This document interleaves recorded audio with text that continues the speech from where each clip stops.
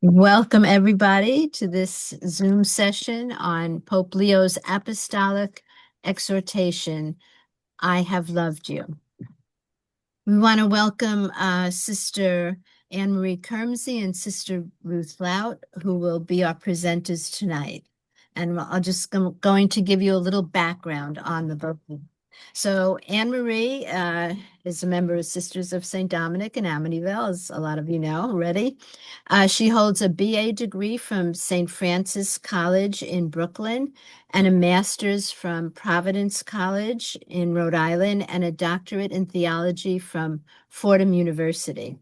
She spent over 50 years in various types of educational positions, from teaching elementary school to teaching undergraduate, graduate, and Doctor of Ministry classes. During her position as research associate at the Lawrence J. McGinley Chair at Fordham, Anne-Marie worked alongside Avery Cardinal Dulles, a Jesuit. Now retired, she is presently writing a book about Cardinal Dulles. Ruth is also an Amityville Dominican, although an attorney by profession, most recently practicing asylum law. She has also had decades-long involvement with the homeless in New York City.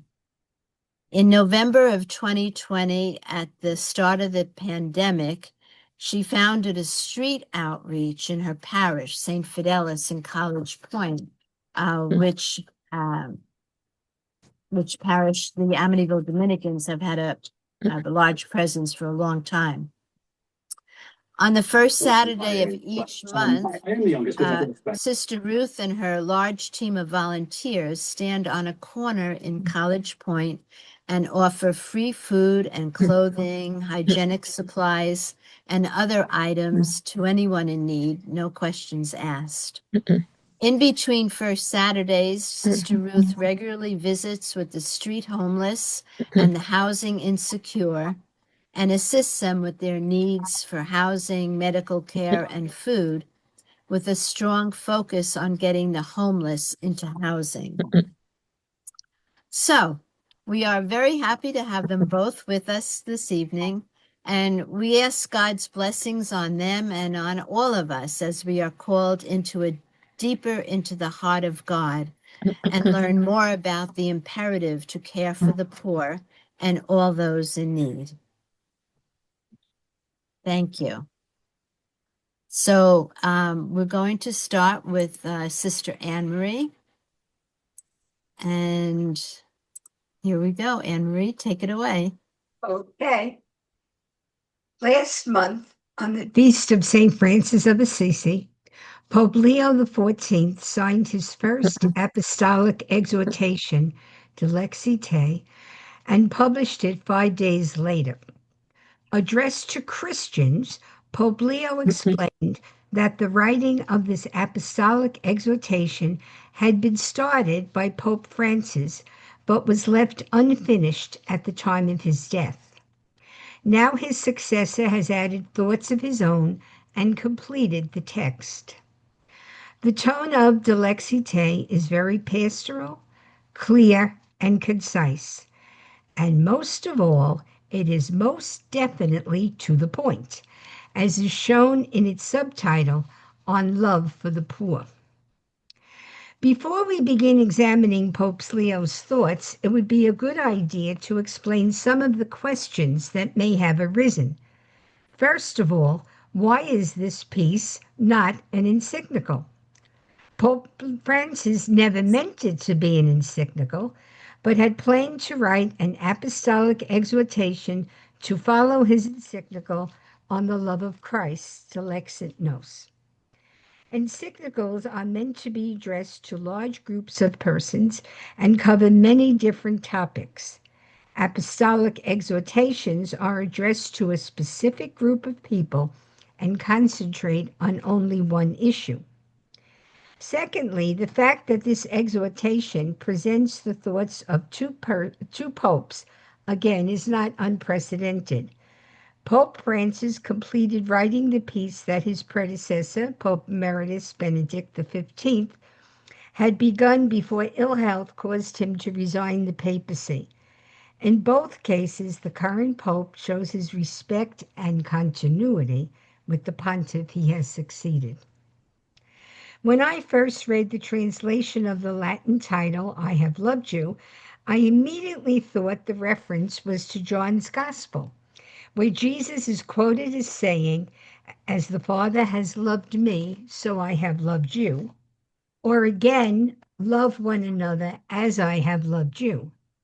However, "I have loved you" here is taken from the book of Revelation, where God is addressing the writer to tell the believers that despite their difficulties, God is with them and offers them encouragement. When this book was written at the end of the first century, it was a time when the followers of Jesus were experiencing severe persecutions. They had become scapegoats for anything that was going wrong in the Roman Empire. Although the persecution of the Jews was now being shifted to Christians, the Jews expelled them from their synagogues because of their belief in Jesus. Persecuted by both the political authorities and the Jewish religious leaders, the Christians felt frightened and alone. At any time, they could be rounded up, jailed, tortured, and even put to death. Sounds familiar, doesn't it? There are no new things in this exhortation, nothing novel or even new. Like a loving parent, the present Holy Father wishes to remind all Christians about what has guided the followers of Jesus for the past 2,000 years. To do this, he uses an historical approach. Beginning with the early days of the church, he shows how men and women have given service to the poor in many different ways in many different places. One of the first decisions that the apostles had to make was to find a way that the needs of widows, orphans, and the poor could be met. Taking care of these groups of people was of paramount importance. As we know, the status of women at the time was determined by their relationship to a male figure. Before marriage, she was seen as her father's daughter.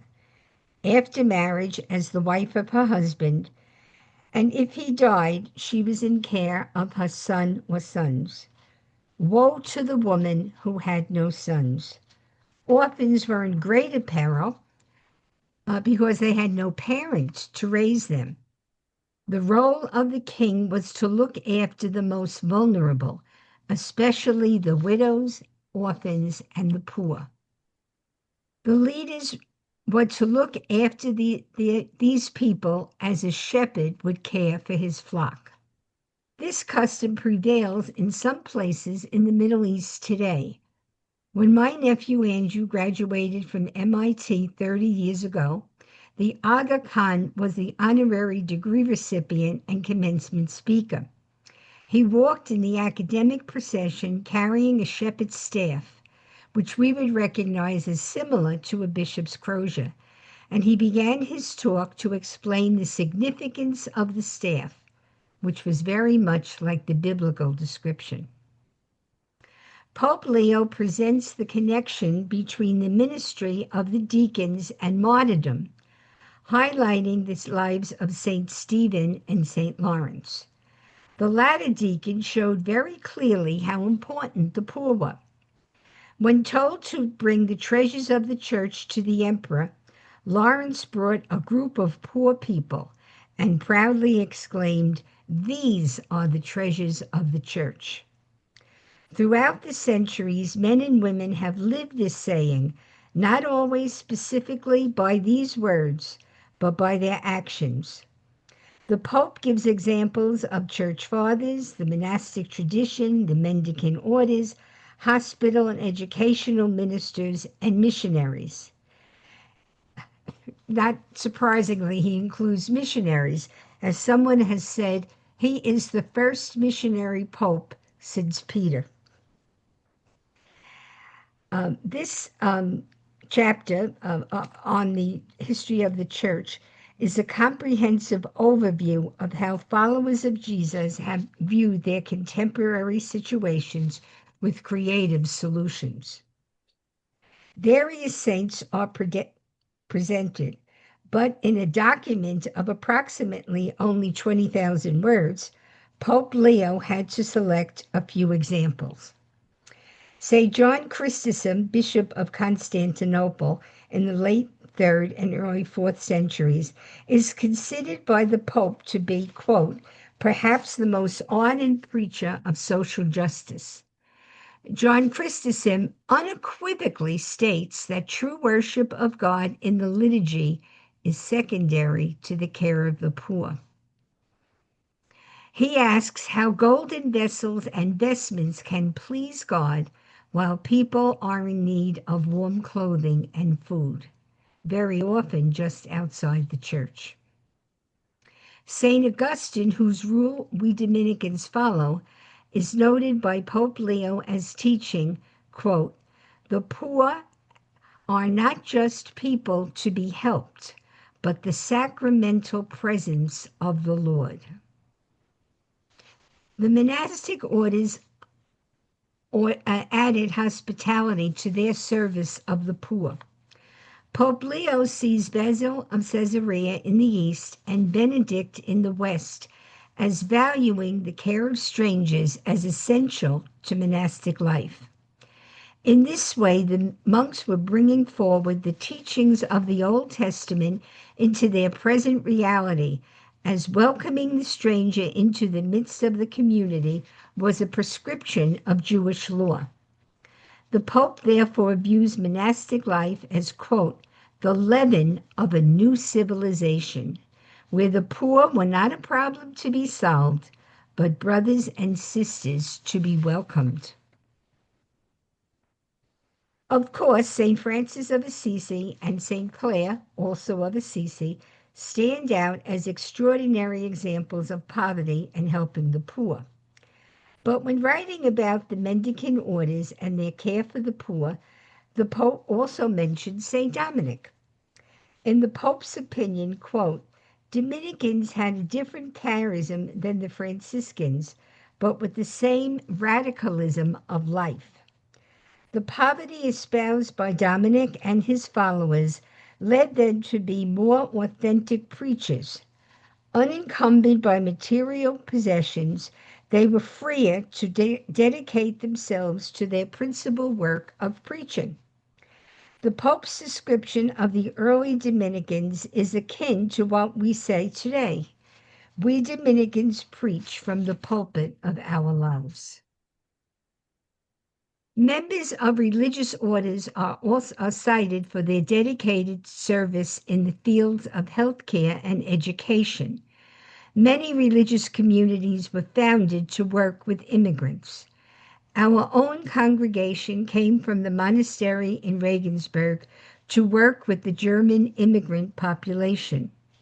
We arrived in Brooklyn via a rather circuitous route, as we were not met at the pier in New York City by the priest who invited us to minister in Pennsylvania. Work with those who have come to America from other countries in the world is still an important focus of our ministry today, both by individuals in parishes and volunteering in programs, and the Opening Word, which was founded by our sisters Mary Ryan and Margaret Bryady 3 decades ago. Many of our sisters have participated in the administration and teaching positions over these 30 years. The Pope singles out St. Francis Xavier Cabrini, missionary like himself, though in a different part of the world than he. She came to our country with a few sisters to work with the poorest of the poor here. Many of us saw the wonderful movie Cabrini last year. That film graphically showed the deplorable conditions in which the Italian immigrants lived on the Lower East Side of Manhattan. Mother Cabrini's untiring efforts to change the situation brought much success to these people and to their environment. She is the first American citizen to be to be declared a saint and has been named Patroness of the Immigrants by Pope Pius XII in 1950. Pope Francis attributed his vocation to seeing the work of her sisters in Argentina, something I had not heard until today. Pope Leo traces church teachings through the past 150 years, which have been called the time of theological ethics. Beginning with Pope Leo XIII, whose name Pope Leo follows. Let me get back on Zoom. There has been an emphasis on social justice. Leo XIII's encyclical Verum Novarum began the trajectory on reforms of working conditions. Unfair wages, locked doors, and limited or no access to restroom facilities made many factories unsuitable for workers, to say nothing of having underage children work in these places. Chapter 4 of this exhortation gives a thorough account of papal pronouncements in this area, and I encourage you to read them. There is mention of the phrase, quote, preferential option for the poor, which was quite popular a few years ago or so. The term was first used at the Latin American Bishops' Conference in Medellin, but it had been preceded earlier by simply option for the poor. Preferential option for the poor causes us to keep the poor in mind when making decisions both personally and politically. But what do those words mean in standard English? Do we really keep the poor in mind? Perhaps it is because we don't involve the poor themselves to be part of decision-making. Do we look around conference tables and meeting rooms to see who is missing?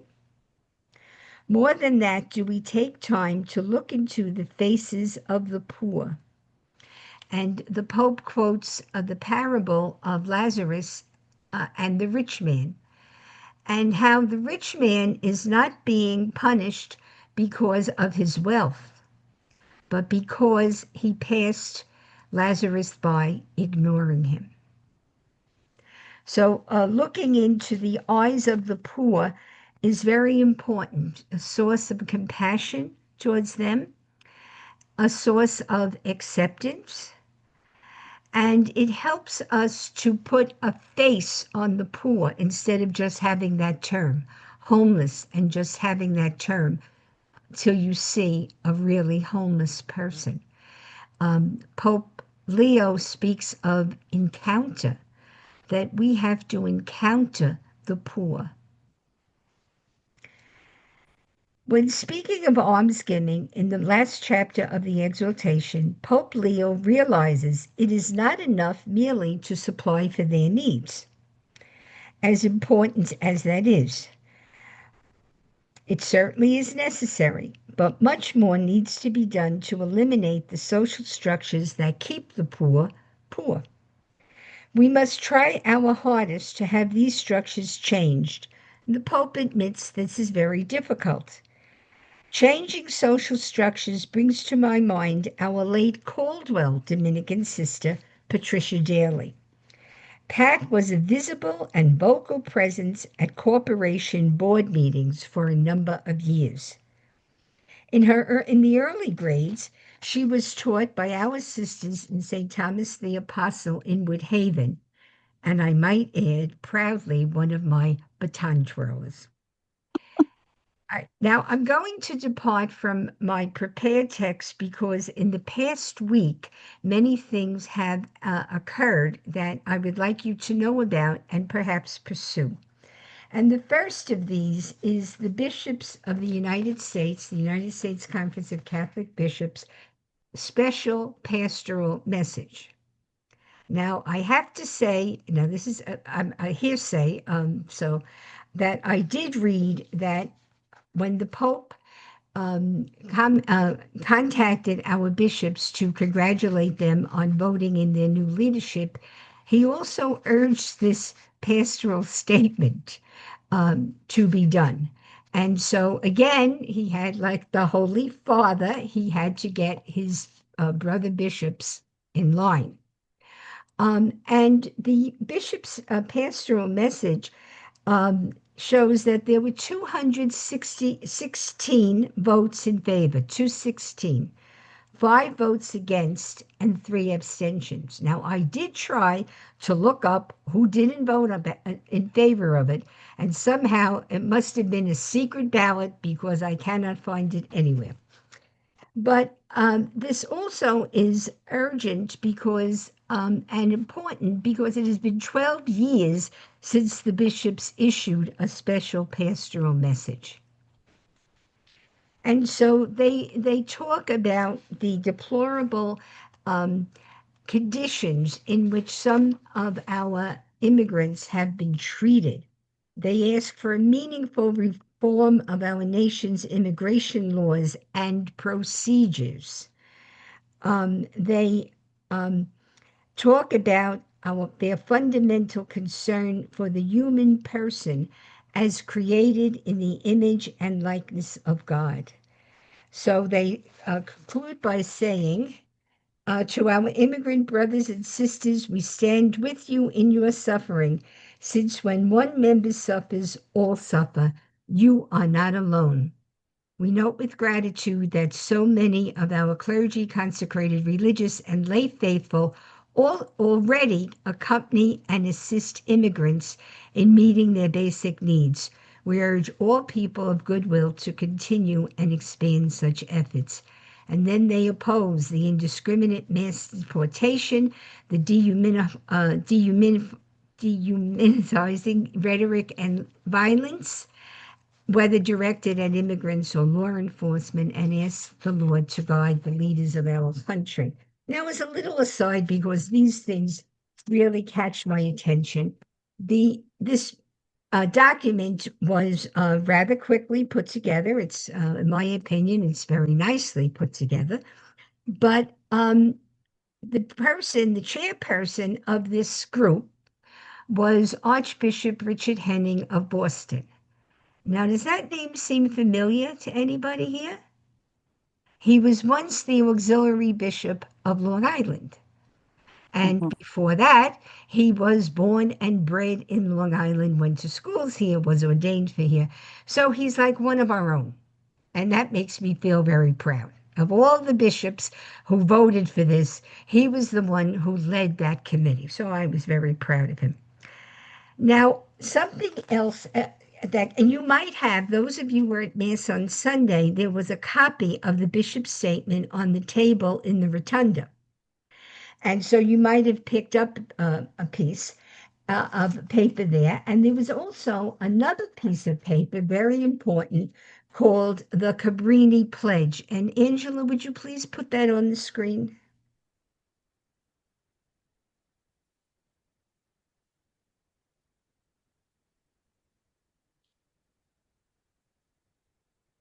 Okay, and this is a different format that we had, but it's the exact same pledge and picture.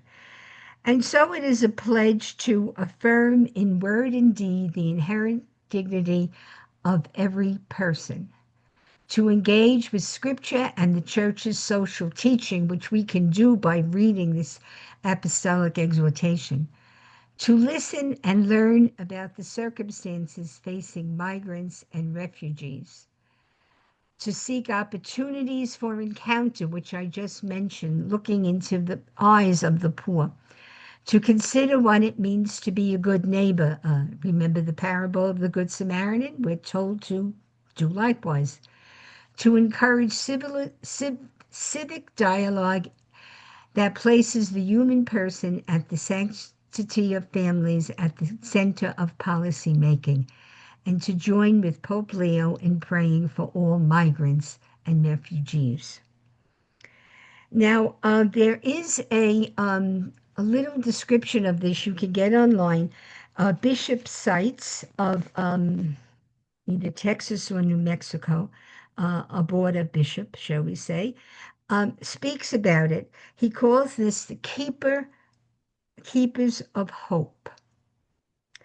And he says that by signing this pledge, you make an intentional commitment to living out the gospel, not in abstraction, but as an act of solidarity that affirms the inherent dignity of every person. And so you can find this all over, the internet. And we should, I don't know, Diane, you're on the Diane Morgan, not Diane Morgan, Diane Capuano, you're here tonight.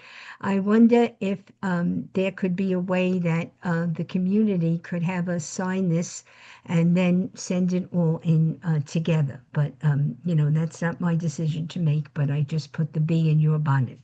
You got it. Also today, now I should talk about the Cabrini Pledge, talk about local boys making good. I found out that this Cabrini Pledge was begun in the Diocese of Brooklyn um, a while back. Now, since I'm getting this off the internet, etc., even though this was a podcast with Bishop Brennan, I have not had the time to really investigate it. But when Bishop Brennan was being congratulated as one of the New York bishops who signed this, they are the new one says, United States Council of Catholic Bishops, but it came from New York State bishops. And when Bishop Brennan was congratulated as being one of the signers, he immediately said, no, the credit goes to our Bishop Emeritus, Bishop DiMarzio. He was the one who came up with this idea, and he was the one who really moved it forward. Now, since Bishop DiMarzio is not the ordinary for several years, I assume this also was hanging around waiting for the right moment, which happened to be last week on the feast day of St. Francis Xavier Cabrini. So there we have two bishops of Brooklyn. We have a former bishop of Rockville Center. I feel very proud tonight. And then Margaret Gagliotti got in touch with me this afternoon because she hears from Network. I don't know if you can see this. And Network has just put out a reflection guide to Dilexi Te, and they do it by chapters. And for each chapter, there's a summary, key quotations, reflection, and a question. And they invite, and this is free. You can download it and print it out. It is free. And I went over it very quickly because I got it about 5 o'clock this afternoon. But it looks like it would be a wonderful opportunity for some of us who would be interested to get together and to do it chapter by chapter and reflect on and share our thoughts on the questions that Network poses, besides any questions of our own. So that's another one of my suggestions that maybe, and this is for Angela, Margaret, and Ann Horn, maybe we could set up some kind of a program on We Move Forward Together where people who were interested in doing this could register for it, and then we could work out the dynamics of small groups, etc. So those are some things that we could do. I mean, we're on Zoom, and we could all get together. Or I should say, all those of us who want to could get together very easily at no cost, either in time or in energy or money. Just that we would do this. And that seems to me to be other ways that we can live out the encyclical. Just one more thing before Ruth comes on. In the blurb for this, it said that I was going to talk about how we could implement this apostolic exhortation, however that was worded. So I have a few ideas, as you might have thought. And one is, how about writing to our bishops? Now I haven't seen anything, and I don't want to talk ill of the person, but I haven't seen anything coming from Bishop Barris. Now it could be it's on the Rockville Center website, which I haven't had the time to look into yet, but definitely Bishop Brennan, and write to them saying, as a member of the Sisters of St. Dominic, I was so happy to receive the copy of the Cabrini Pledge and also the Bishop's Statement, and I want to thank you for your part in doing it. Now, most of the time, people in authority, and those of you who are principals or supervisors know this, all they get is the negative mail. When people are complaining about anything, it goes right to the top. But very infrequently is something positive sent. And I could just imagine the bishop's secretary reading a whole group of mail and saying, "Oh, wait till you see this one, Bishop. This person is actually congratulating you for what you've done in the past week for the issue of the immigrants and the poor in our country." I would also suggest a note to Bishop Henning, Archbishop Henning, I'm sorry, that we haven't forgotten him. He's one of our own, and that we're very proud of him for being the leader of the committee that drafted the bishop's statement. Positive encouragement is always better than criticism. So those are my suggestions of things we can do besides the ordinary things of donating. I mean, look what we did for the people in Appalachia, and as the bishop says, the almsgiving does wonders, not only for the recipient, but for the giver. And I'm sure that those of you who donated to that Christmas drive for the poor in Appalachia had a very good feeling that you knew that your donation was going to make Christmas happier for a poor family, even though you will never see them.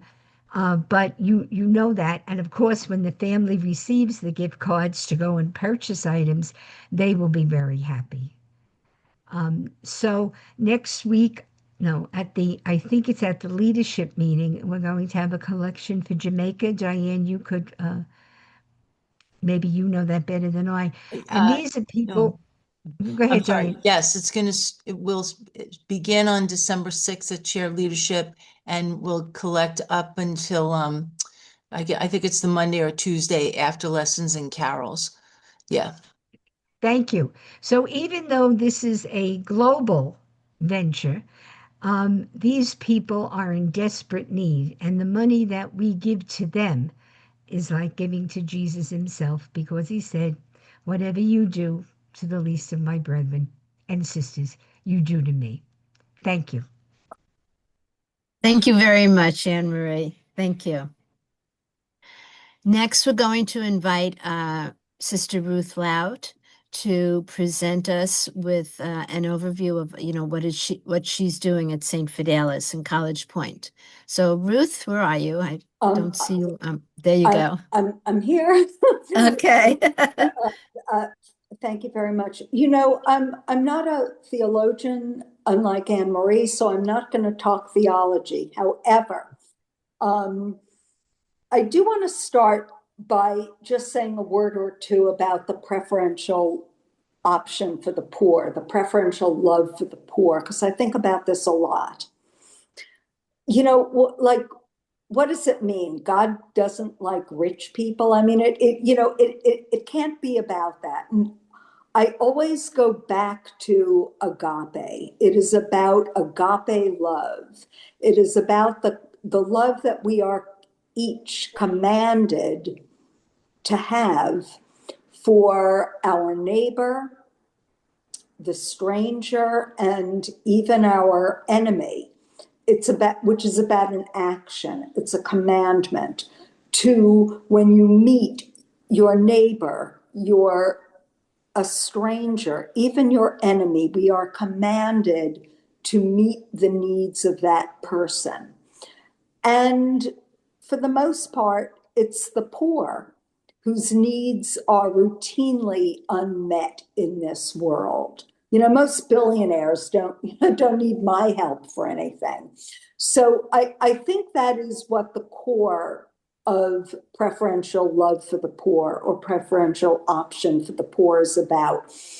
And the thing is, we're all called to respond to that commandment, to live out that commandment in very different ways, in unique ways that are reflective of our gifts and our talents.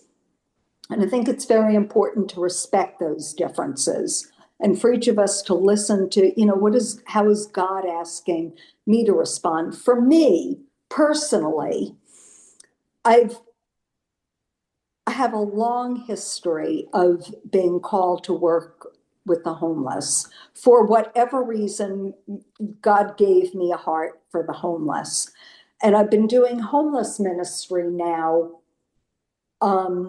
for about 45 years. It's a little scary to think that I've been doing anything, that long, but, it's true. For most of I'm an attorney. For most of those years, it was kind of a side gig, if you will. But that changed recently. And so I just want to say a word or two about my history and what led up to the ministry that I'm involved in now. Years ago, this is going back to the Koch administration when he was mayor. There was the Partnership for the Homeless began. And I actually co-founded the third church-based temporary shelter in New York City. It was in Manhattan. Ran that for a number of years with a group. It was then the Partnership for the Homeless. It's now referred to as the Respite Bed Program. And it's kind of petering out because the need for it becomes less and less as more housing is being built for the homeless. But I did that. After that, I started another church-based shelter, still under the umbrella of Partnership for the Homeless, at a Lutheran church when I moved out to Queens. And then when I came to St. Fidelis, which I think was about 20 years ago, I'm losing a little bit of my track of time, but I started a respite bed program there. We did that for a couple of years. The respite bed program, for those of you that do not know, we call them church beds. So men or women that are in drop-in centers, they're homeless and they're in a drop-in center. They're kind of in the system, but they don't have an actual shelter to stay in, are bussed into the church. They get a bed and dinner. In the morning, they get breakfast, and then they're bussed back to their drop-in center. I did that for a couple of years. We had to close that because we actually had some plumbing problems. We had to close it. And I started taking parishioners from St. Fidelis into Manhattan to volunteer at the Bowery Mission. They do wonderful work. If we have time at the end of this, maybe at Q&A, we can talk a little bit about them. I did that for a number of years, and then the pandemic happened. Shut everything down.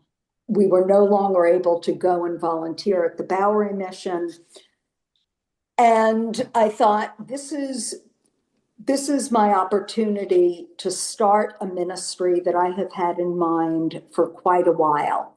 And I went to my then new pastor. It was a weird time, it was, I think, the probably September of 2020. We're all wearing masks. I really wasn't going to church that much because of the pandemic. Father John was new. I didn't know him very well, but I went and I sat down with him and I said, listen, I've got this great idea. I want to start a street outreach right here in College Point in the parish. And we're going to go out into the community. We're going to provide food and clothing to anyone who asks. And we're going to use that program to seek out the homeless in the neighborhood. And then I'm going to get them off the street. And what I didn't say to him was, I honestly had no idea how I was going to be getting people off the street into housing. And I had no volunteers and I had no donations. I left that part out of my pitch. I just said, this is a great idea. We're going to do it. And he said, give me 3 days and I'll pray about it and I'll get back to you in 3 days. My phone rang the next day. He called me up. He said, sister, go ahead, this is of God, go ahead and do it, and you'll take care of everything, click. So I was delighted. I was delighted because he had given me the green light, and I don't like being micromanaged anyway. I was fine. So I started the very next month. I had this very small band of volunteers. We had really didn't have very much to give away, but we went out on the street corner, a few blocks away from the church, and we started this ministry. Honestly, it was a little sketchy at first, because I didn't have a lot of volunteers. We didn't have a whole lot to give away, but what I had was an understanding, because I had seen this over the years. It's amazing. Whenever anybody sets out in good faith to do ministry with the homeless, God blesses that ministry almost immediately and very directly. And I have seen this over and over. So while it was a little thin at first, I knew that it would work. And it did. It grew and it grew and it grew. Oh, and also very few people knew about us, so we weren't getting a lot of people to come. But it grew and it grew. And today, I don't count people, but today we have incredibly long lines. Probably a couple of hundred people come every month. I have, at least on paper, about 100 volunteers. We get donations of food and clothing and hygienic supplies, and other things like backpacks for the kids, Halloween costumes, things in season. We get this in abundance. I have more than I need, more than I can use. I sometimes have to give my own stuff away. We have volunteers from neighboring parishes have gotten involved. Stores give us donations. The Girl Scouts, the Diaconate program, the Merchant Marine Academy has gotten involved. It's really grown into a huge thing from this very tiny seed. So how do we operate? First of all, my model is, we have a budget of zero. I do not write grants. I don't, people know about us, and I don't go around asking for donations. They just come. We definitely do welcome and in fact need monetary donations, which oddly enough, like when I first thought, well, what am I going to need money for, to buy food, to buy clothes, to buy stuff. And sometimes I do, like, if I don't in the winter, people need winter boots. If I don't have the right sizes given to me in donations, I go out and buy them. But a big need that I just didn't anticipate was transportation, because I have to send people to interviews to get into housing. I have to get people onto benefits. I have to send them when people move into housing. If there is not transportation available, I provide it. So that's the kind of thing that we always welcome monetary donations for. I also do not accept donations from elected officials. They've all offered, and I say, thank you, but no thank you. We need to remain, independent and not connected to anyone politically. So how the ministry operates kind of on two levels. The first level is the actual monthly outreach. On the first Saturday of every month, and this is rain or shine, we go out. If it's raining, we go out. If it's snowing, we go out. We're there. And I really feel that this is very important, because this way people know they can depend on us. And it's a way of showing our fidelity to them. I mean, hunger and homelessness don't get the day off because it's snowing. So we're there. It may be uncomfortable. We kind of have to accommodate, moderate the way we do things, but we're there. And people know that we're going to be there. And we're on the same corner, every time. So people know where to find us. For people that know College Point, it's 14th Avenue and College Point Boulevard. Nobody has to register, no identification is necessary. You just come and, if you're in need, and, you're welcome. We don't like hand people a prepackaged bag of food. We get all sorts of food and all kinds of clothing. The food, we have a hot dog stand, we get fresh food, we have, canned food. We set it up on tables, people line up, and they come to the table a few at a time and take what they need or what they choose. And Angela, if you could show photos 1, 2, and 5, just to give people a little idea of what this Saturday outreach actually looks like.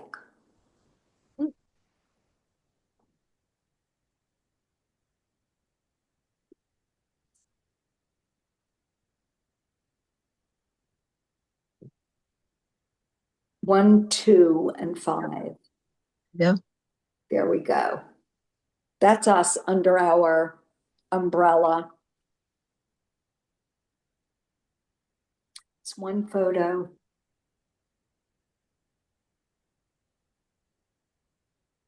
That's the beginning of the line.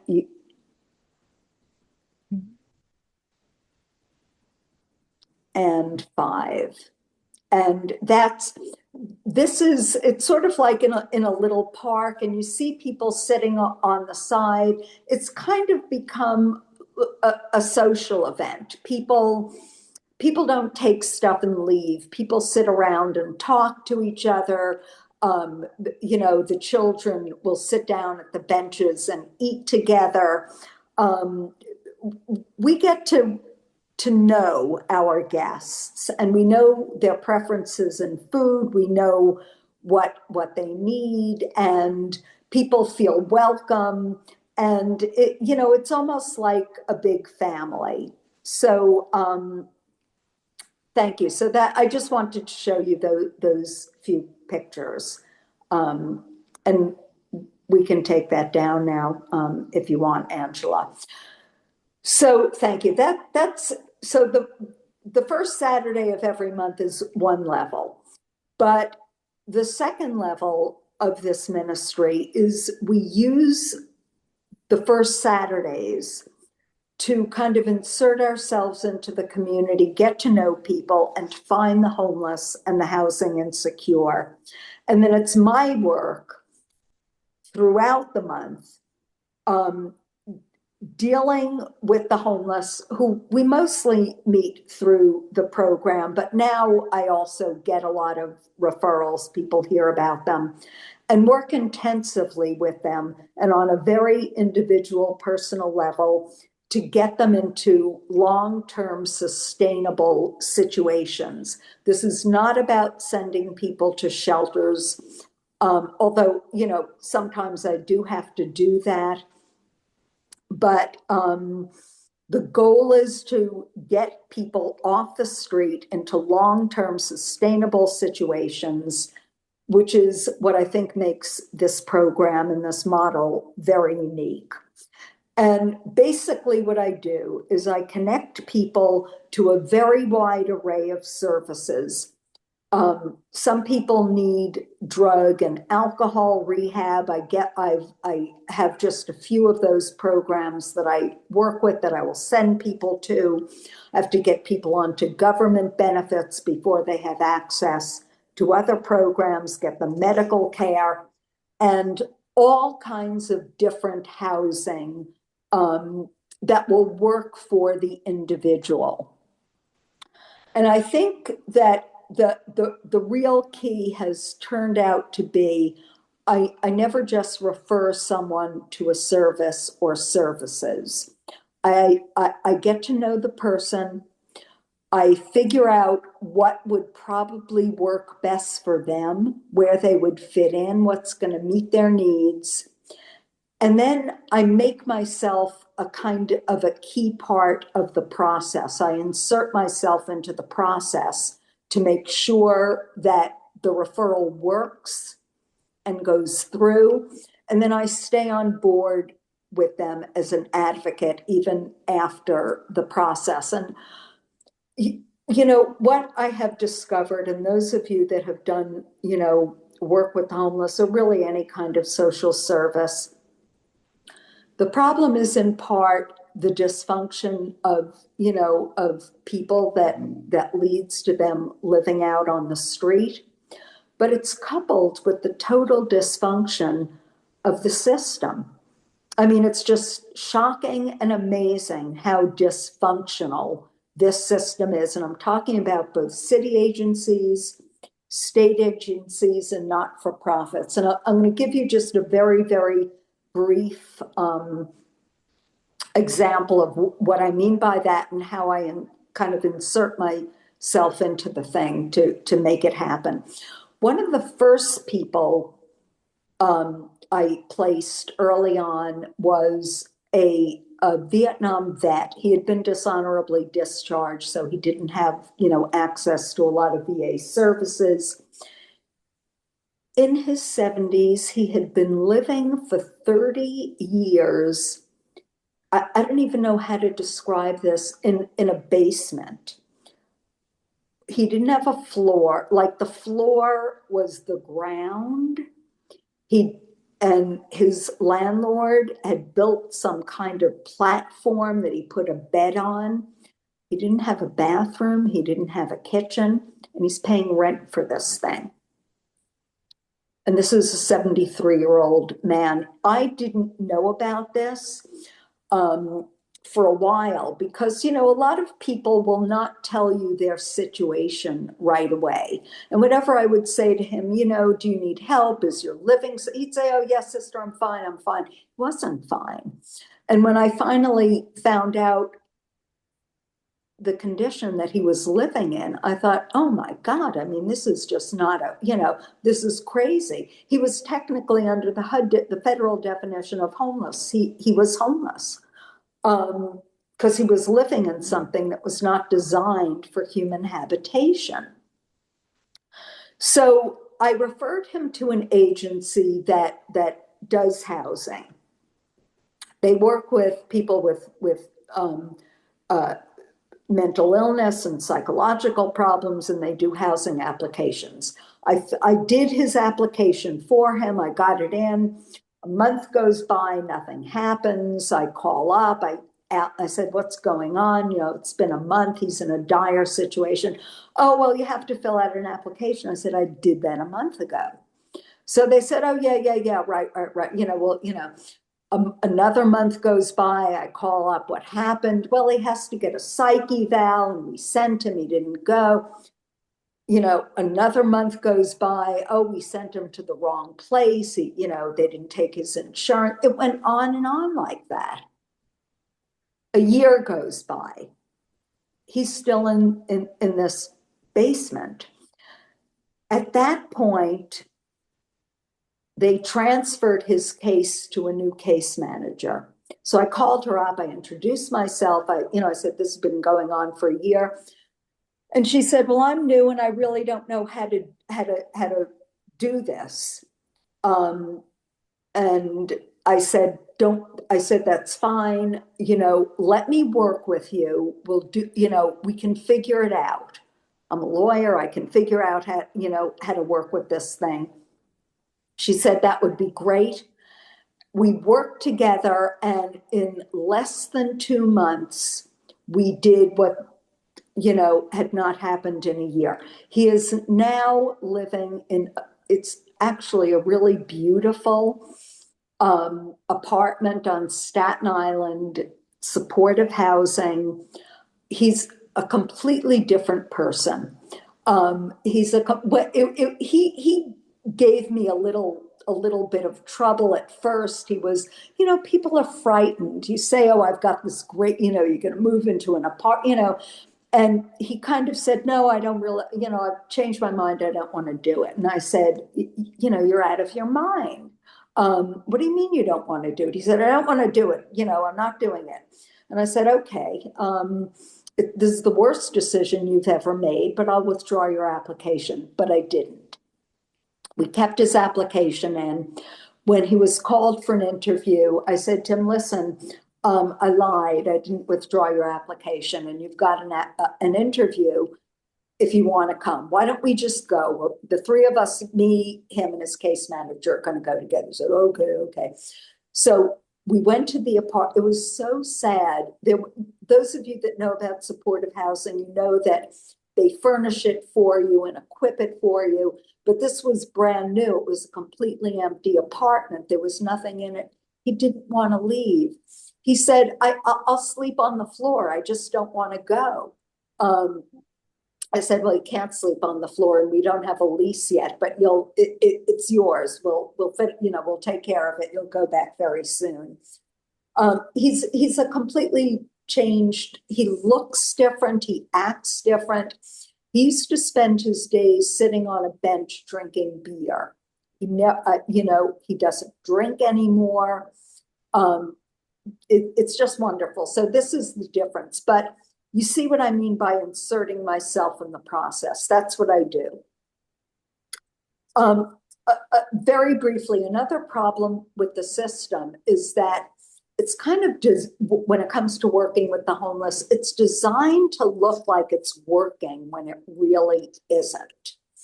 I go to conferences all the time, and I hear the commissioner of social services in New York City talk about how many homeless people they've housed this year. And I know those numbers aren't true.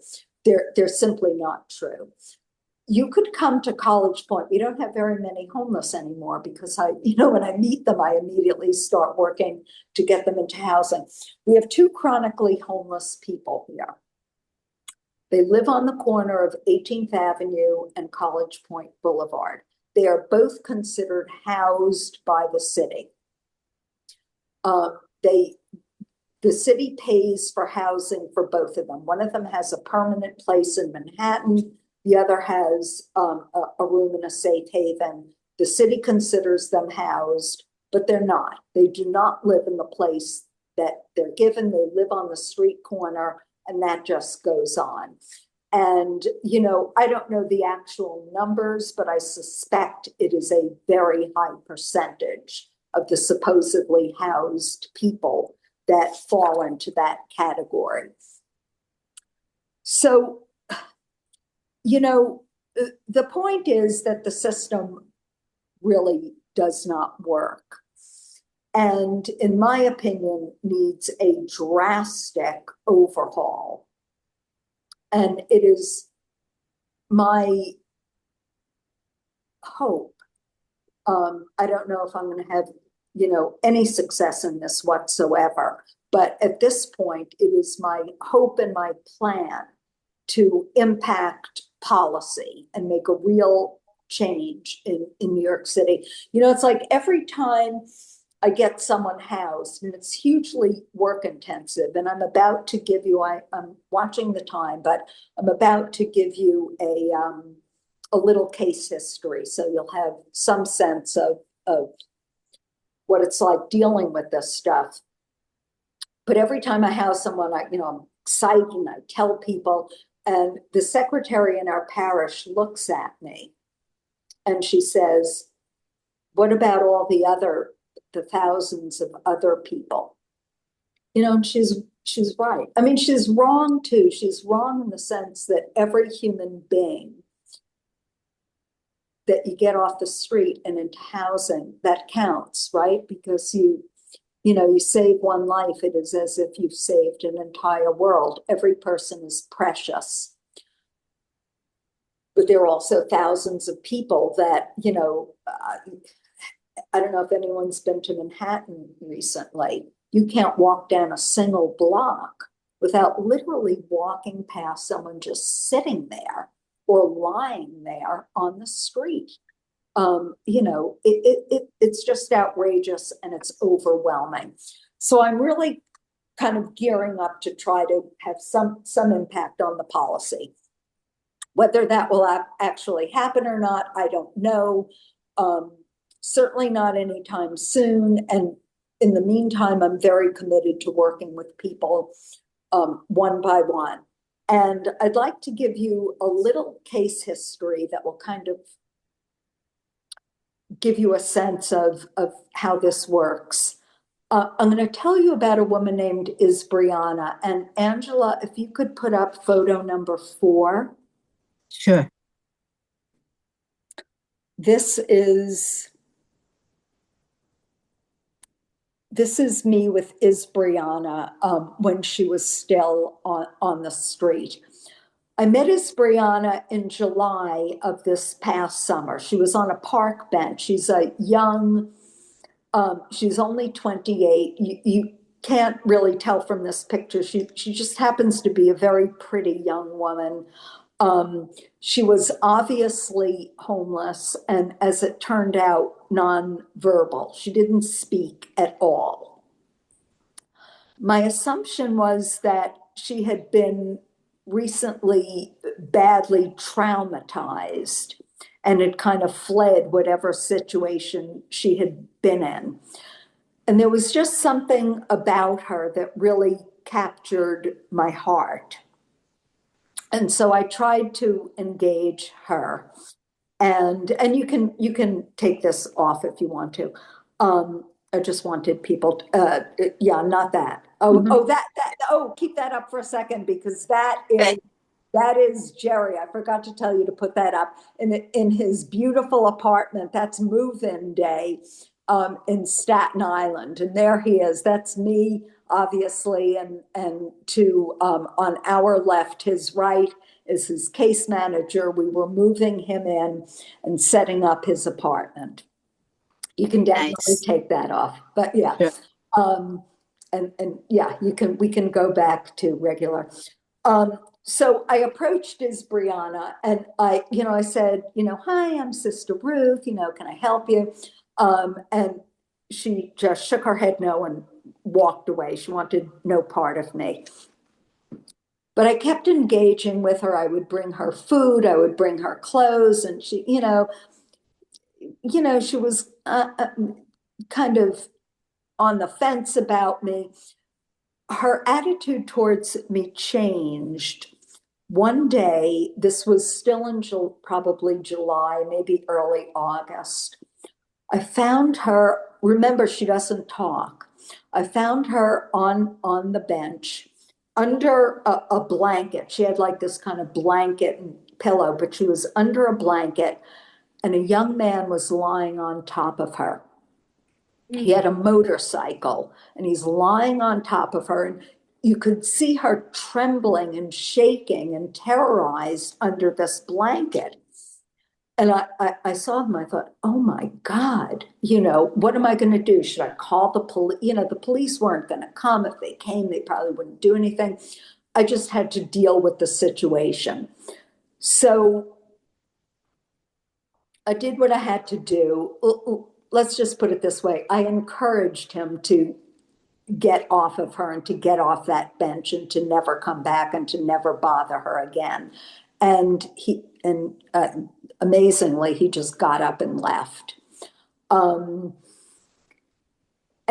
after that, the next time I saw her, she was walking on the street and she saw me and she came up to me and she smiled and she stood next to me. And just stood there. She didn't say anything. She was nonverbal completely at the time.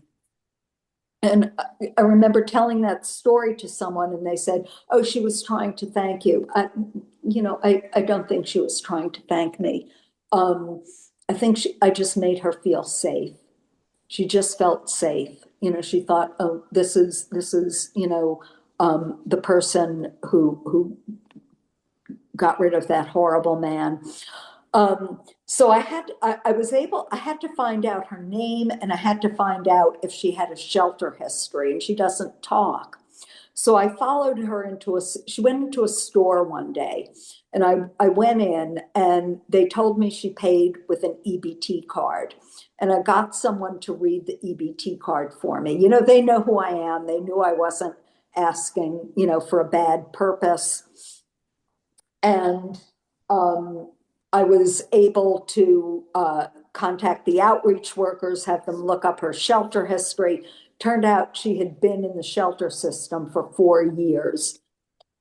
For most of that time in shelters for women with mental illness. And the last shelter she had been in, this place is just horrible. It's filthy. It's dangerous. You would not send a dog there. And, people are violent there. And she walked out, and that's when she appeared in College Point. So I knew I had to get her off the street, and that the way to do that was to get her into the hospital. In New York City, actually in New York State, there is a mandatory removal law and policy. And Kathy Hochul just passed a legislation this summer. I tried to work on it with my state assemblyman. None of my amendments made it into the final bill, but anyone who is a danger to themselves or others, which is defined very broadly under the law, doesn't mean that you're about to kill someone. What it means legally is that you cannot provide for your own essential needs, for food, clothing, shelter, medical care. That can really apply to anybody living on the street. It would certainly apply to her, someone who's nonverbal.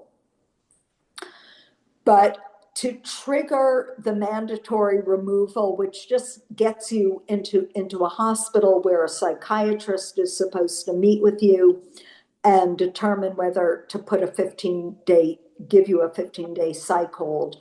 I can't trigger that law. The police can do it, and the mobile outreach teams can do it. So I called the mobile outreach team. I know all these people. I work with them all the time.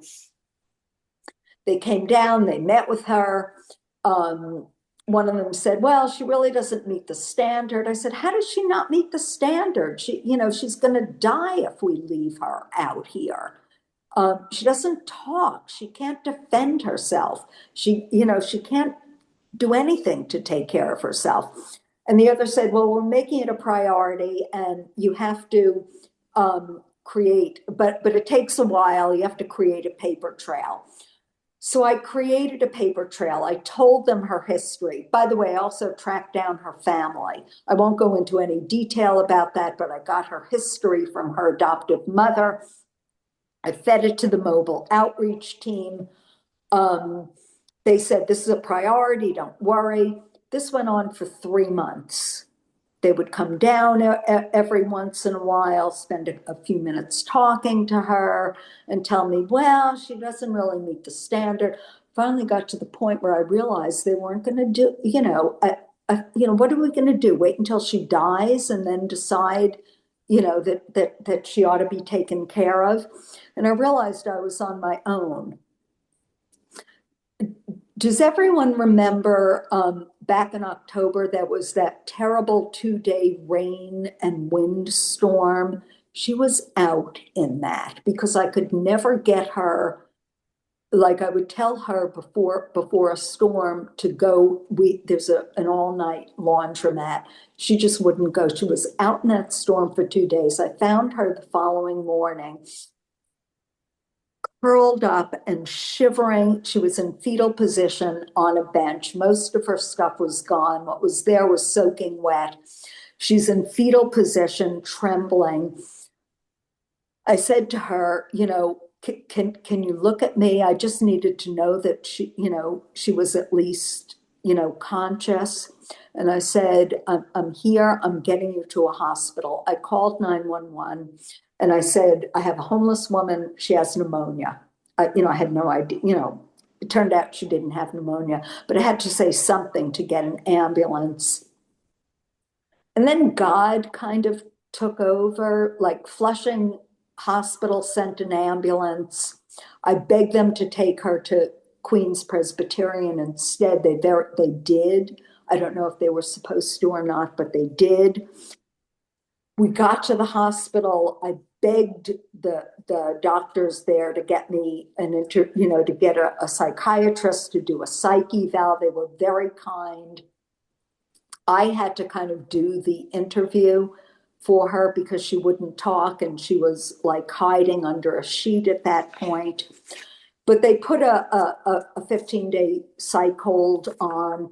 They kept her in the hospital the medical hospital for 2 weeks, which was great. She needed, just to be warm and safe and have food and, a shower.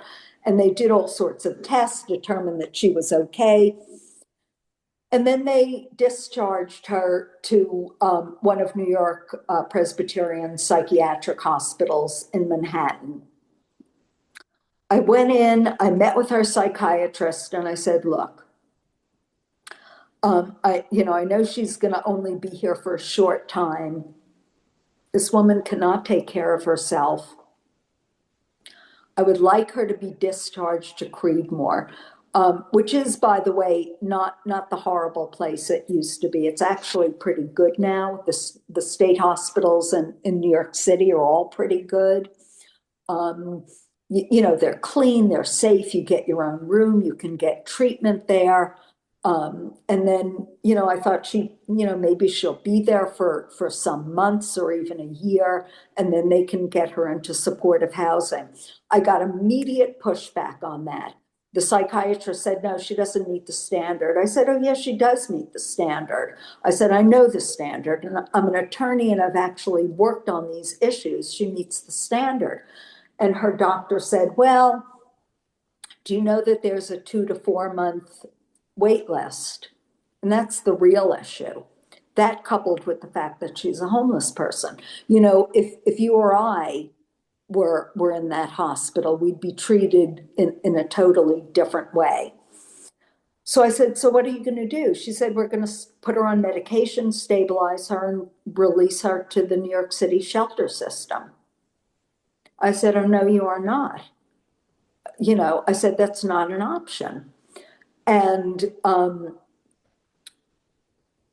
the social worker, it was some guy, not the person who turned out to be her permanent social worker, got very angry. And he almost shouted at me. He said, it is an option, And I said, well, oh, no, it is not. So just take it off the table. And her doctor said, that's what we're going to do. If you can come up with some alternative plan, go ahead, bring it to me, and we'll consider it.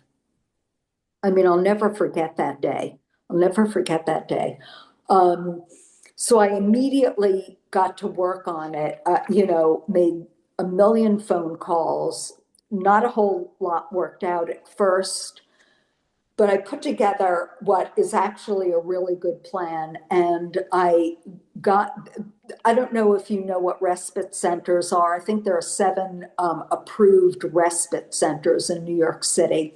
One of them comes under the umbrella of a not-for-profit that I work with all the time. They said they'll accept her. She can stay there. They'll enroll her in their coordinated care and do her housing application. And so I said, oh, this is great. I brought it back to her psychiatrist, whose entire attitude changed at that point, and they were very accepting of it. And make a long story short, it has worked out. They kept her in the hospital. It'll be almost a month. And she's being released next Tuesday to the respite center. They're doing her care coordination. and they're set. But understand, so much of this is about relationship building with providers. I know the executive director of that program, and I work with them all the time. And being an attorney is really helpful in this, because they call me, they'll have clients that have immigration issues or housing issues. They're not my clients, but if they call me up and they need help with it, I'll do anything that I can to help. So that when I have an issue, I can call them up and they just got on it immediately. So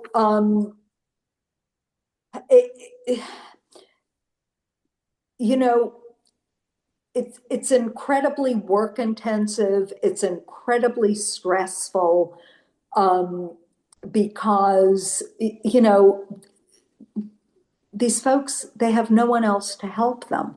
These are people who are simply on their own. And sometimes I feel like, the weight of the world is on my shoulders. But this is a story that I think, I am almost certain, will have a happy ending. She is, by the way, she's been on meds. She talks a little bit if necessary. She's much more interactive now. We play Scrabble together. But the next step will be, it's working hard to get her into permanent housing. So I'm mindful of the time, and I don't want to go over, and I want to leave a little bit of time for questions and answers. But if you would just show one last photo, which is number 6.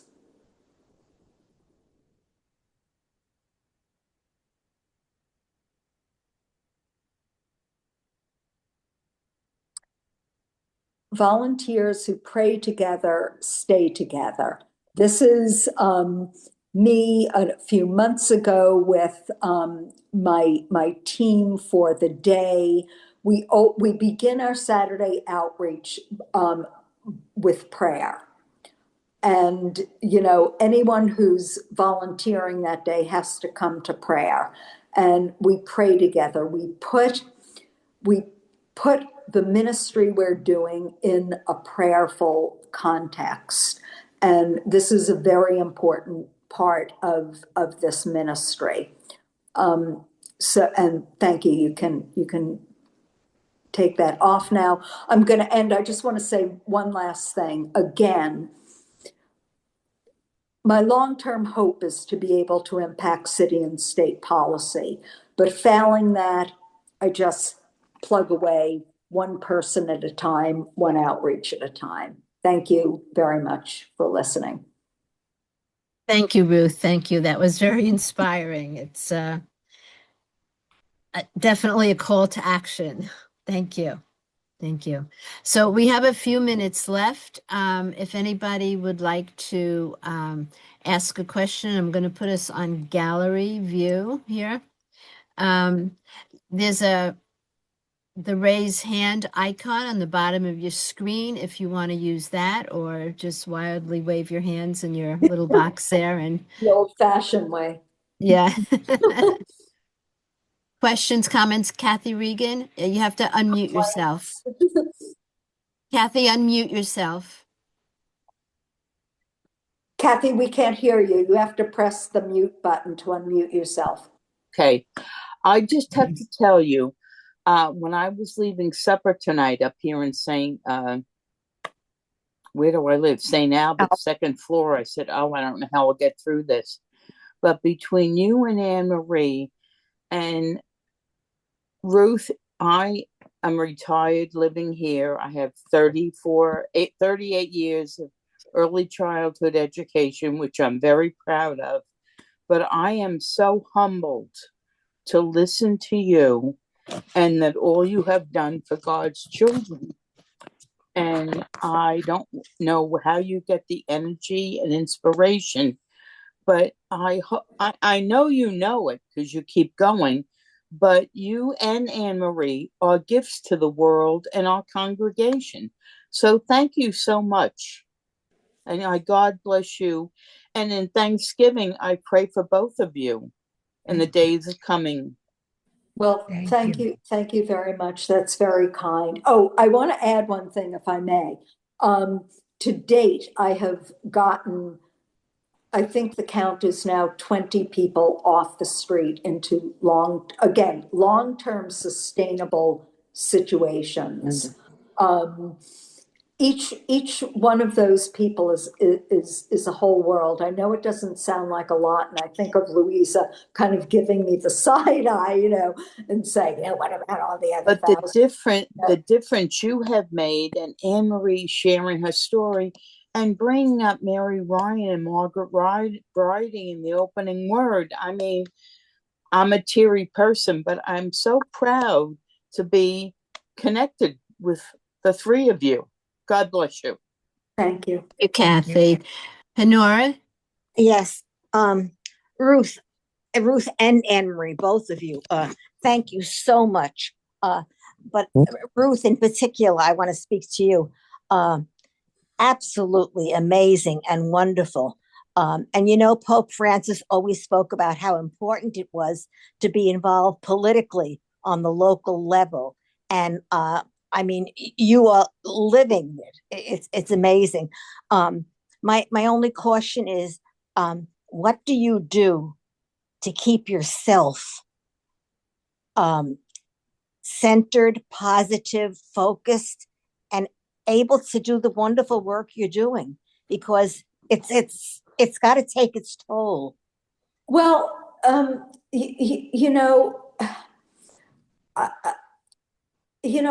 I come home to like an apartment with heat and food, and after I have a bathtub, I have a bed. No, do you know what I'm saying? I do. When I live, I think of Isbriana, the way I found her on that bench, shivering. She was out in that storm. And, I remember crouching down and saying, Isbriana, it's me, it's Sister Ruth, I'm here. Can you hear me? They keep me going. They keep me going. Yeah, God keeps me going. I do look, I pray, I have self-care, I have, lots of friends that, give me lots of, positive support and all of that. But what really keeps me going is I really believe that God has commanded me to do this. Mhm. And I think so. Amen. no No, one's Good, going to do otherwise. it. it's So very clear, Ruth, that you are in the right place. It's very clear. at this moment, and my volunteers, I can't tell you what these people are like, and the support that I get from them and that we get from each other, and the love and the, so sometimes I get very stressed, like all the time I get very stressed, and all that. But I think that actually gives me energy to keep going. And I need to, as a lawyer, I'm kind of a litigator. I had to earn my living being combative in the courtroom. And I find myself having to be, I had to tell that doctor, your plan is not happening. Not happening. Yeah. And don't tell me what the standard is, because I know the standard. It just. Thank you. Thank you. Thank you, Ruth and Nora. Anybody else? Questions, comments?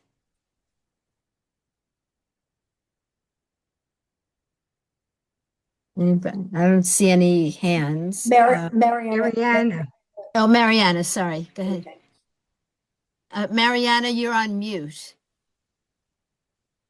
I just want to say one thing to both you, Ruth, and Anne Marie, is saying something that Anne Marie said that really struck me, and I think it epitomizes the both of you. We Dominicans preach from the pulpit of our lives. So I want to thank each of you. You were very inspiring, and it moves me to action. Thank you. Thank you. Thank you, Mariana. Thank you. Anybody else? Yes, Margaret.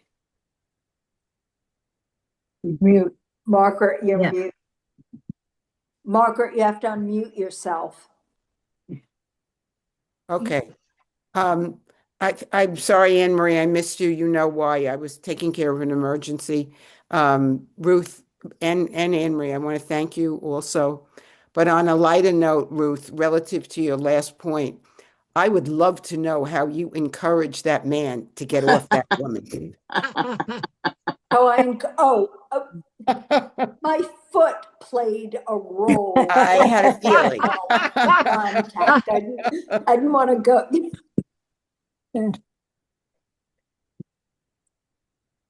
Let's just put it that way. Yeah. Anyone else? Mm. Yes, Diane. Just want to say, Ruth, extraordinary. You're like the Mother Teresa of Oh, thanks. College Point. of College Point. Point. But I just think of your selflessness in doing this in this ministry. It's amazing. I see you. I see Floor in the same light, who's not afraid to go and fight for the rights of the person before them. Yanira, you too. It's just amazing to me, just amazing. So I applaud you, and I hope that we support you, we pray with you, we're with you. And listen, having been on the streets myself, I know the power of the love that you receive from these people, not only the love you give to them, but it's such an unconditional love that works both ways. And it touches your lives forever, just forever. So thank you so much. And the other, I just wanted to put a plug out when we talked about, collecting for Jamaica. We have over 25 of our staff in the Mother House who have families and friends in Jamaica. Amen. And so we will, of course, be thinking and being with them. And our director of nursing, Faye, just got home. She was down there this past week. She brought food down to her mother. So, but anyway, Ruth, thank you. Thank you. Keep any way we can be of help to you or, be with you. Amen.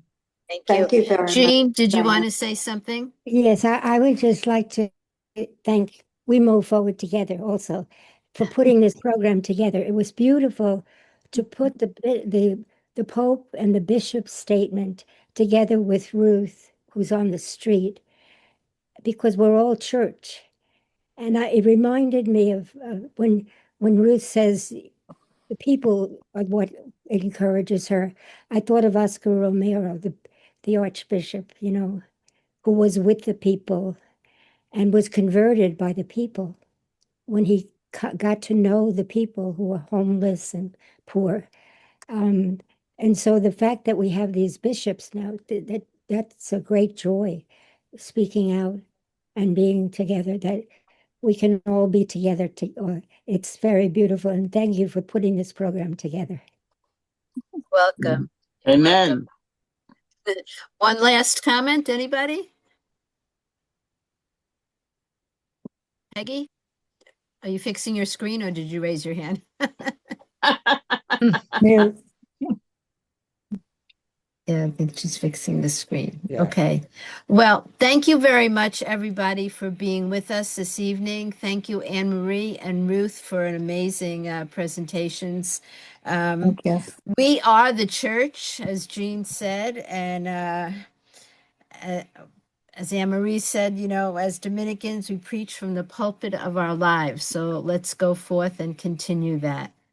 And all of you that are with us that are not Dominicans, do it too. Preach with your lives. And thank you all for very for much. being Thank here and listening. Thank you. Yeah. Don't Thanks. forget to check our website for more presentations. You can find the website as wmft.org. It's short for We Move Forward Together, wmft.org. Okay? Thank you. Thank you so much. Thanks. Thank you. Thank Thank you, you, everybody. Angela. And Great. thank you, Thank you. Angela, for Thank you. God bless you. Hey, everybody. Bye. Good night, Anne Marie. Good night. Good night. Thank you. Good night. Thanks, Anne Marie. Love you. Thank you. Let's go to the Cape. It was awesome. A wonderful experience. Yes. Mhm. Great.